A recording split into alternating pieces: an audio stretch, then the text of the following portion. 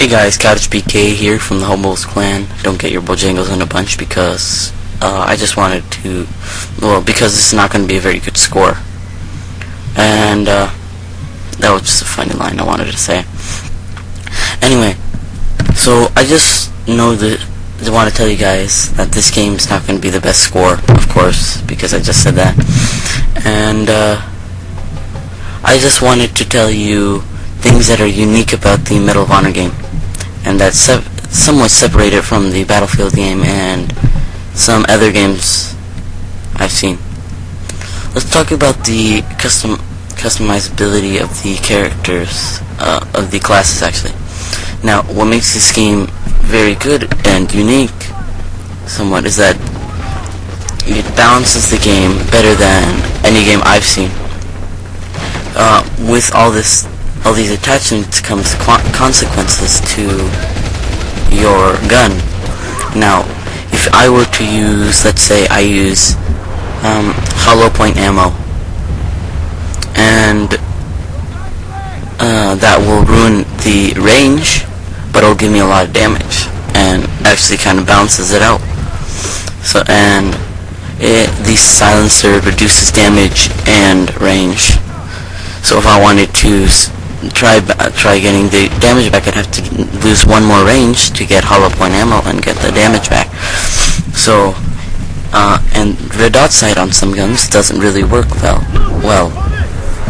And I think that's that's actually a really good idea with the game. It balances everything out very, very, very well. Anyway. Okay, let's see. So when it, and all these things that it balances out with, sometimes some of them can actually ruin the gun more if you try using them. Like, with the Krankov, the red dot sight's probably not the best thing you can use. And if you're going to use hollow point ammo, I suggest not to use the silencer. And if you're going to use a silencer, I suggest use extra clip because you may need it because of the damage reduction. And if you want to spawn camp or spawn kill, but the spawns, you can't really spawn trap anyone in this game. They switch perfectly, and it's probably the best spawn system I've seen in a while. And you can't, I believe you can't spawn on squad members or friends or whatever, unless you're in mission mode, which basically you can either spawn in the back, and not in the front lines, but in the other lines, like your base camp, and or you can spawn in the front lines, which you spawn on some random person who's in the front lines, and that makes the game just that much easier and harder at the same time. And I think mission mode's probably the one you'll probably get, it's probably the one you'll be spawn trapped on the most. And Team Assault's probably the one that's not very spawn trappable. That's not even a word, but let's just leave it in there. So let's move on to this wonderful thing called score chains. Now, score chains basically counts all of the score you get from one kill. Like, let's say you get a ribbon, well, you get a headshot, or a rescue, or revenge kill, and that will be 15 points. No, that'll be 20 points with the revenge kill or savior kill, headshot, and the kill. That would be 20 points. Now with the ribbon, I believe it gives an extra 10 points or so. So you'll get like 10 away from a score chain. And the first score chain is UAV and mortar strike. And once you get that another 10 points or more, the score chain continues, but you get something like a quit the kill streak. And with that, you can use a UAV that'll give you 20 points, or you can get a mortar airstrike if you already know where the enemies are. I always use UAV because of the extra 20 points, and most of the time my team never has a UAV up, so I don't know where the enemies are. And let's see.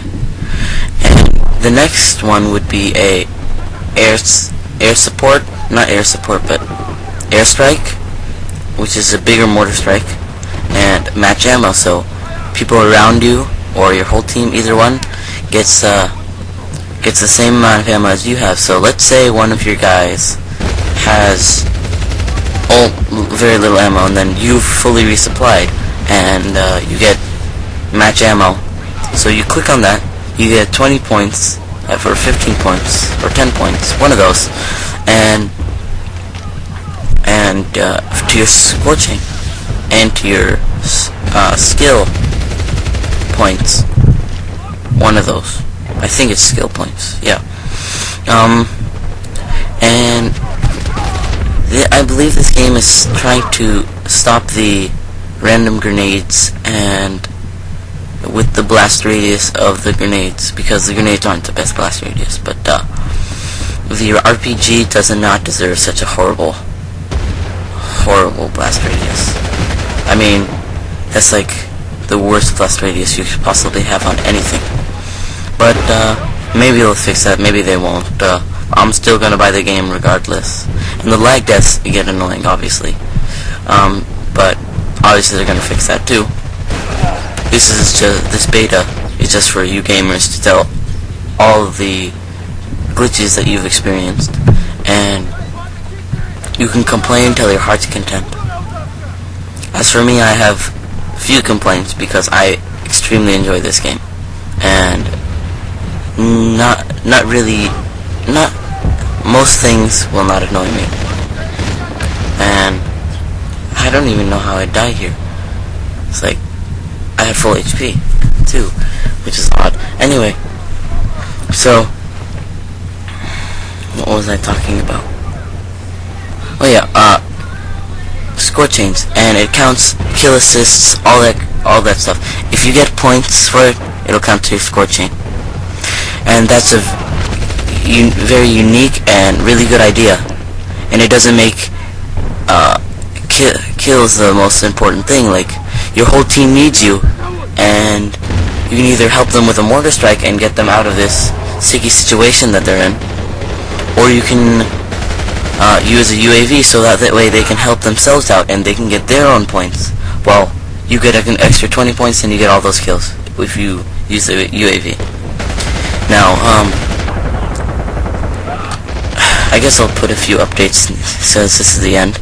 So, I'm trying to get a HD PVR with a friend, so we're gonna buy 2 or so.